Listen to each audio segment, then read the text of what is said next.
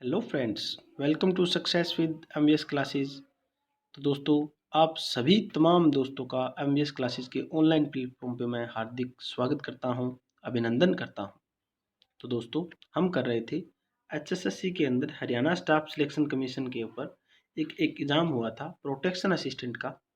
इस एग्ज़ाम को हमने क्या है, इवनिंग शिफ्ट का जो हमारा एक ये था वो हमने सोल्व कर लिया है। अभी हम कर रहे हैं मॉर्निंग शिफ्ट का क्वेश्चंस। ठीक है, मॉर्निंग शिफ्ट के सारे क्वेश्चंस हम अच्छी तरह से सोल्व कर रहे हैं, जिसके अंदर हमने क्या है 75 नंबर तक हमने कंप्लीट कर लिए हैं। एक एक क्वेश्चन को हमने अच्छी तरह से डिस्कस किया है। अभी हमारे पास नंबर है 76 से हम शुरू करेंगे। तो उम्मीद करता हूँ आप सभी दोस्तों को ये जो क्वेश्चन सीरीज हमने स्टार्ट कर रखी है इलेक्ट्रीशियन थ्योरी की, सभी को अच्छी लग रही है। और उम्मीद करूँगा आप इसको ज़्यादा से ज़्यादा शेयर करेंगे और अपने तमाम दोस्तों तक इसको पहुँचाएँगे। ठीक है, तो स्टार्ट करते हैं 76 नंबर तक। बिल्कुल धीरे-धीरे, मैंने आपको सबसे पहले स्टार्टिंग में ही बोल रखा है कि बिल्कुल धीरे-धीरे आराम से करेंगे, एक-एक हम ऑप्शन को लेकर चलेंगे। ठीक है, तो देखते हैं सबसे पहला जो आपके पास क्वेश्चन है आज का 76 number. What type of wire is not used in domestic electric circuit?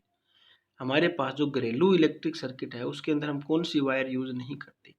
अब आपको पता होना चाहिए जो हमारे घरेलू के अंदर कौन कौन सी वायर यूज करते हैं। सबसे पहले आपने सुना होगा पॉजिटिव वायर, जिसे हम बोलते हैं फेज वायर।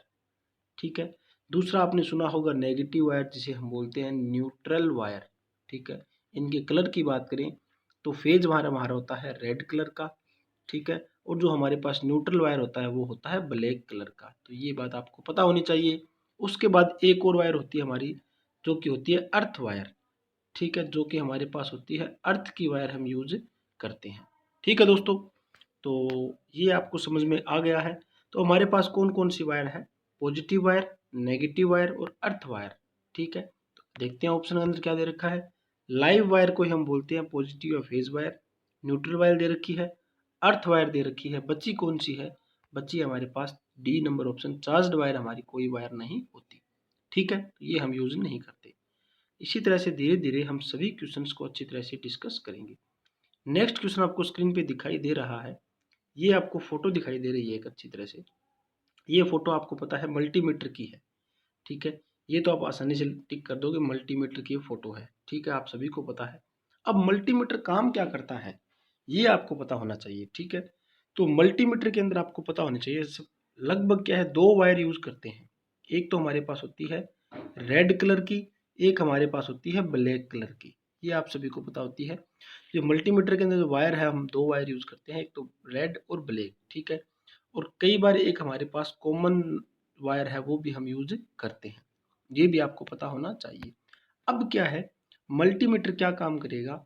मल्टीमीटर जो क्या है वोल्टेज, करंट को, फ्रीक्वेंसी को, इनको क्या है, जो हमारे पास मल्टीमीटर है वो मेजर करेगा, मापता है। ठीक है, और मल्टीमीटर हमारे पास कंटिन्यूटी मापने के लिए भी काम आता है। कंटिन्यूटी आपको पता हो क्या होती है कंटिन्यूटी। कंटिन्यूटी से हम पता करते हैं कि हमारे जो से वायर है ये वायर कहीं बीच में से शॉर्ट है या नहीं। तो हम चेक करते हैं कंटिन्यूटी से ही। ठीक है, अब क्या है, इसके अंदर मल्टीमीटर काम क्या नहीं करता ये बारे में आपको पता होना चाहिए। एग्जाम के अंदर बहुत बार ये क्वेश्चन पूछा जाता है कि इनमें से मल्टीमीटर क्या नहीं मापता, ये पूछा जाएगा। तो उस अंदर ऑप्शन होगा आपके पास वोल्टेज, करंट, फ्रीक्वेंसी और पावर। तो अब आपको पता होना चाहिए पावर मल्टीमीटर नहीं मापता। ठीक है, ये आपके लिए अलग से क्वेश्चन है, जो कि उम्मीद करता हूँ आपको समझ में आ गया होगा। तो मल्टीमीटर क्या नहीं मापता, पावर को नहीं मापता। ठीक है, ये बात आपको पता होनी चाहिए। चलते हैं नेक्स्ट क्वेश्चन की ओर। नेक्स्ट क्वेश्चन स्क्रीन पे आपको दिखाई दे रहा है, what are solder used for. ठीक है, जो हम सोल्डर यूज करते हैं, जो आपने सुना होगा सोल्डरिंग आयरन।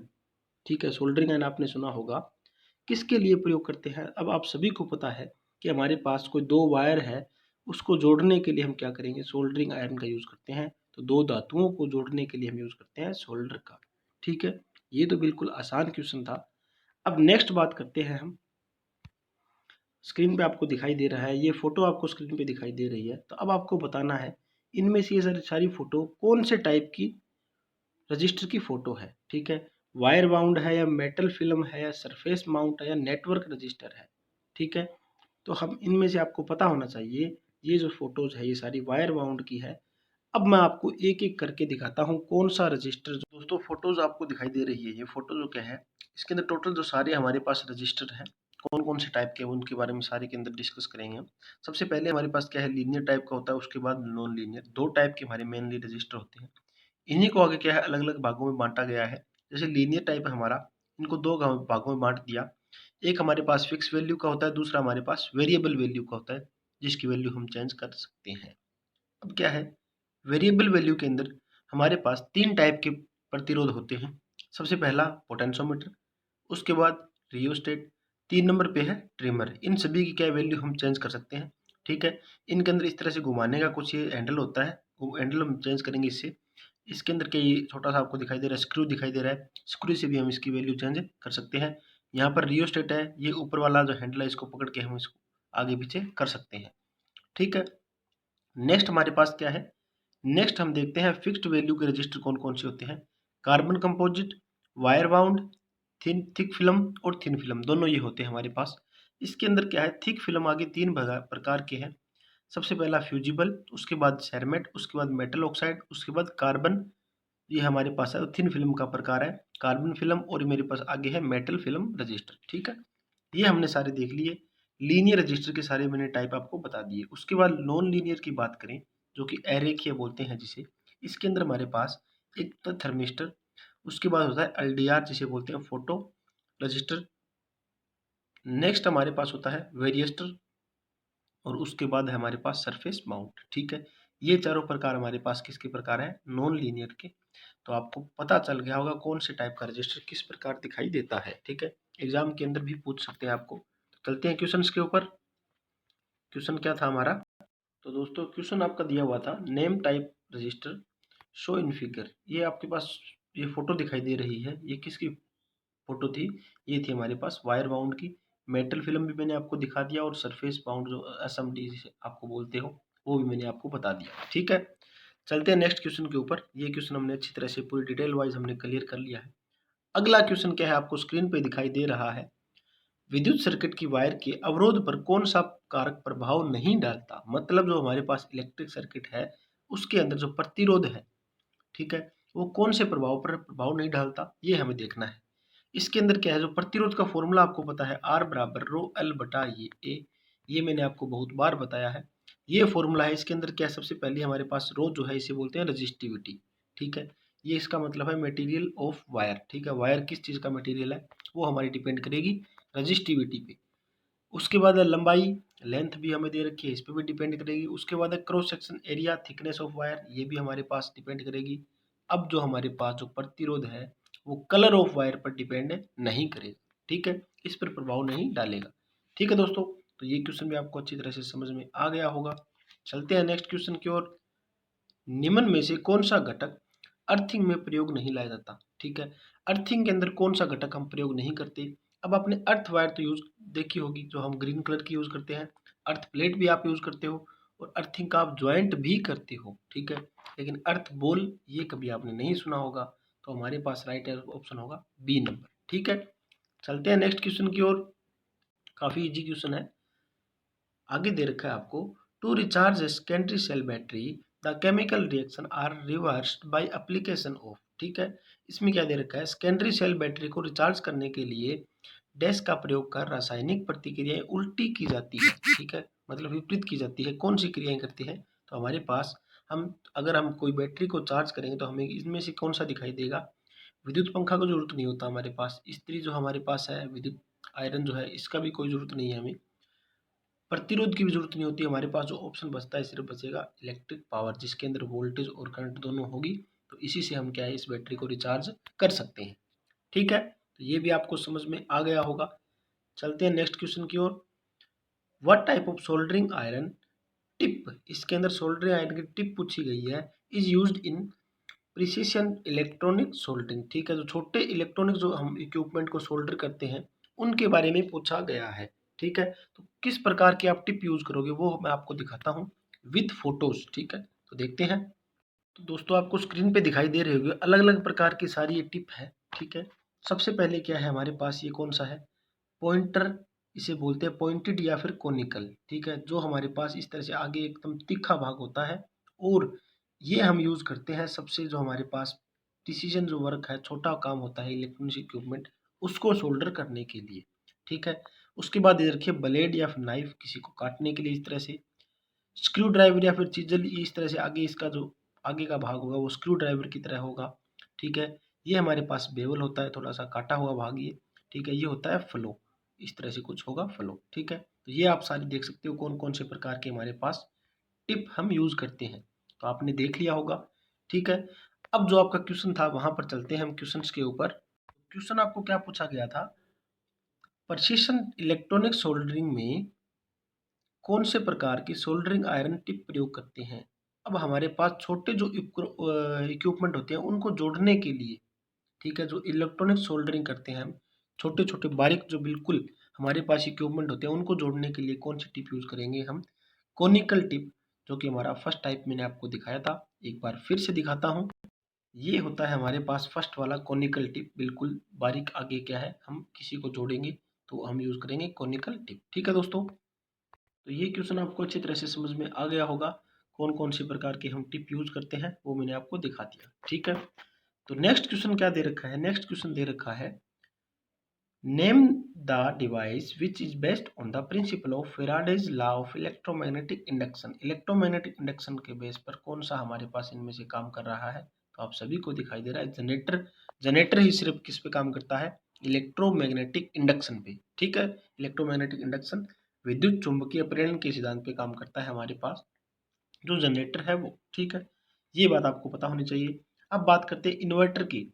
इन्वर्टर क्या काम करता है, इन्वर्टर जो हमारा है वो हमारे पास जो हमारी डीसी सप्लाई होती है, डीसी सप्लाई को एसी सप्लाई में बदलने के लिए क्या काम करता है, इन्वर्टर काम करता है।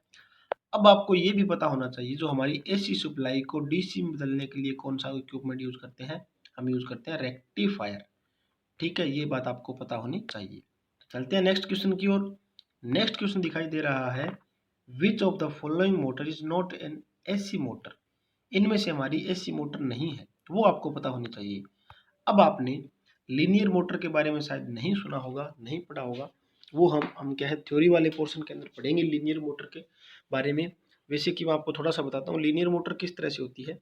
इस तरह से इसके अंदर कोई रोटेटिंग पार्ट नहीं होता, ठीक है।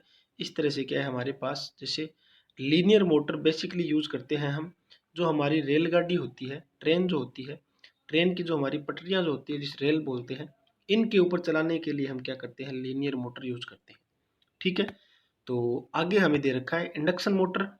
ये तो हमारी हम सभी को पता है, इंडक्शन मोटर हमारी किस पे काम करती है, इंडक्शन मोटर काम करती है हमारी एसी पे, ठीक है, एसी सप्लाई पे। और जो सिंक्रोनस मोटर है ये भी हमारे पास एसी सप्लाई पे ही काम करती है। तो बचा कौन सा है, सेल्फ एक्साइटेड मोटर, ठीक है। अब ये मोटर हमारी कौन सी है, डीसी मोटर है। थोड़ा सा डीसी मोटर के बारे में बता देता हूँ आपको मैं।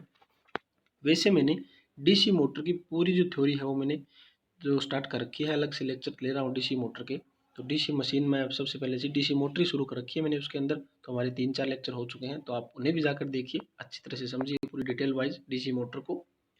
यहाँ पर डीसी मोटर में आपको बताता हूँ, मेरे पास बेसिकली 2 टाइप की होती है। सबसे पहले होता है सेपरेटली एक्साइटेड, सेपरेटली एक्साइटेड, और दूसरा होता है सेल्फ एक्साइटेड, ठीक है, सेल्फ एक्साइटेड। अब मेरे पास क्या होगा, जो इसमें दे रखा है सेपरेटली और सेल्फ, यहाँ पर दे रखा है मैं सेल्फ एक्साइटेड, ठीक है। तो ये टाइप किसका हो गया, ये डीसी का टाइप है। सेल्फ के आगे 3 भाग होते हैं, सीरीज, शंट और कंपाउंड, ठीक है, वो आप थ्योरी पार्ट में देख सकते हो।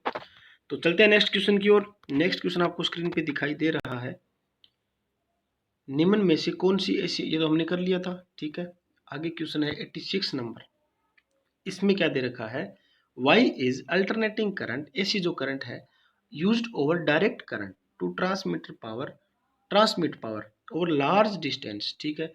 जो हम लंबी दूरी पर हम ट्रांसमिशन पावर को, एसी पावर हम ट्रांसमिट क्यों करते हैं, डीसी क्यों नहीं करते, ये पूछा गया आपको यहाँ पर, ठीक है।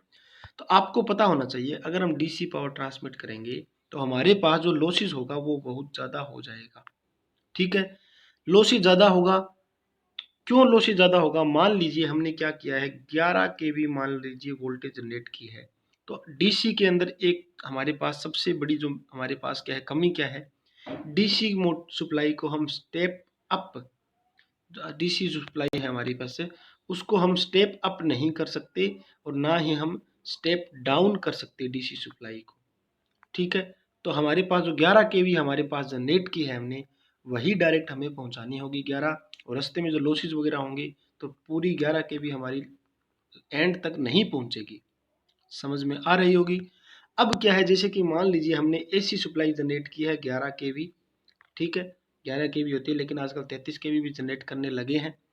अब क्या है, हमारे पास इस 11 केवी को हमने स्टेप अप ट्रांसफार्मर लगाकर, ठीक है, स्टेप अप ट्रांसफार्मर लगाकर इस 11 केवी को 440 केवी तक हम क्या है ट्रांसफ़र करते हैं। 440 हमारे पास है, 220 केवी है, ये हमारे पास हाई पावर की जो ट्रांसमिशन लाइन होता है उससे हम ट्रांसमिट करते हैं, और लास्ट तक तो हमारे पास एकदम सेफ पावर पहुंचती है, लगभग 66 केवी पहुंच जाती है, 33 केवी पहुंच जाती है, ठीक है। तो इसके अंदर मेन जो हमारे पास क्या होता है, due to loss of energy to resistance, ठीक है, इससे प्रतिरोध द्वारा ऊर्जा की हानि कम होती है। ये बात आपको पता होनी चाहिए, ठीक है दोस्तों। काफ़ी अच्छा क्वेश्चन था, डिटेल से पढ़ेंगे, हम पावर सिस्टम पढ़ेंगे तब। इसमें क्या दे रखा है आपको, machine will be use to create right circle cylinder hole in a wall. दीवार के अंदर होल करने के लिए क्या चाहिए हमें, ये तो सभी को पता है, ड्रिल चाहिए। ये हमारे पास क्या दे रखे हैं, लॉन्ग नोज प्लायर है, ये हमारे पास कटर है, इसका मुझे थोड़ा आइडिया कम है, ये हमारे पास पाइप रेंच है, ठीक है। तो अगर इसके बारे में आप किसी भी फ्रेंड्स को पता हो तो एक बार कमेंट बॉक्स में ज़रूर बताएं। चलते हैं नेक्स्ट क्वेश्चन की ओर। Which type of material is used as solder, ठीक है, सोल्डर के लिए हमें कौन से प्रकार का मटेरियल यूज होना चाहिए। यहाँ पर आपको डायरेक्ट पूछा गया है मिश्र धातु है, शुद्ध धातु है, गेट धातु है, उप धातु है, ठीक है। तो हम मिश्र धातु यूज करते हैं। अब आपको ये पता होना चाहिए जो मिश्र धातु है वो कौन कौन से प्रकार की मिश्र धातु होती है। वो हमारे पास है, एक तो लेड, ठीक है, प्लस हम यूज करते हैं टिन। लेड और टिन मिलाकर हम दोनों को यूज करते हैं, ठीक है। ज़्यादातर लेड यूज करते हैं, और बहुत सी जगह पर हम क्या है सिल्वर भी यूज करते हैं, ठीक है, सिल्वर भी यूज करते हैं। ये हमारे पास अगर हार्ड जो हमें सोल्डरिंग करनी है वहाँ पर हम सिल्वर को भी यूज कर सकते हैं, ठीक है। सबसे ज़्यादा यूज होने वाली क्या है, लेड और टिन है, ठीक है दोस्तों। तो ये क्वेश्चन भी आपको अच्छी तरह से समझ में आ गया होगा। नेक्स्ट क्वेश्चन क्या दे रखा है,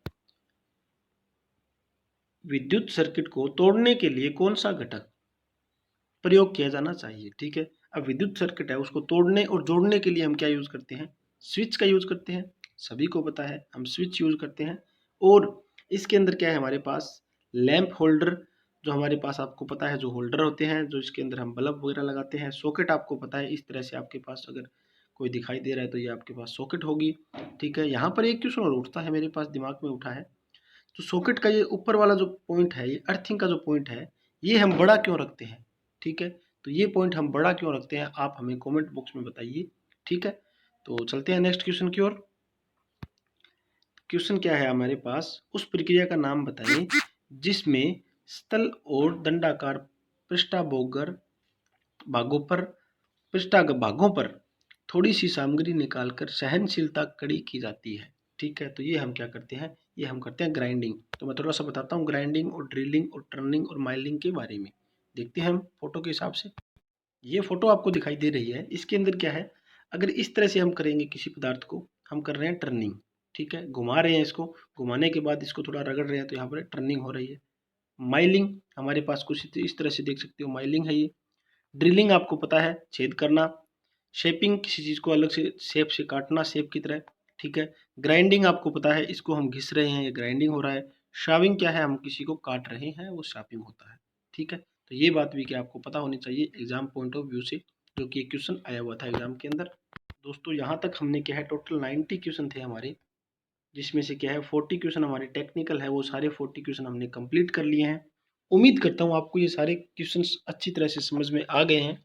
अगर फिर भी किसी प्रकार की कोई दिक्कत हो तो आप हमें बताइए, और आपके पास भी अगर इसी टाइप का कोई क्वेश्चन पेपर है या कोई आंसर की है तो आप हमें भेजिए, उसका हम सॉल्यूशन प्रोवाइड करवाएंगे आपको। और आपको किसी क्वेश्चन में कोई डाउट है तो वो भी आप हमें बताइए, उसका भी हम सॉल्यूशन आपको प्रोवाइड करेंगे, ठीक है। तो ज़्यादा से ज़्यादा इस वीडियो को शेयर कीजिए दोस्तों, ठीक है। तो मिलते हैं नेक्स्ट लेक्चर के अंदर, धन्यवाद।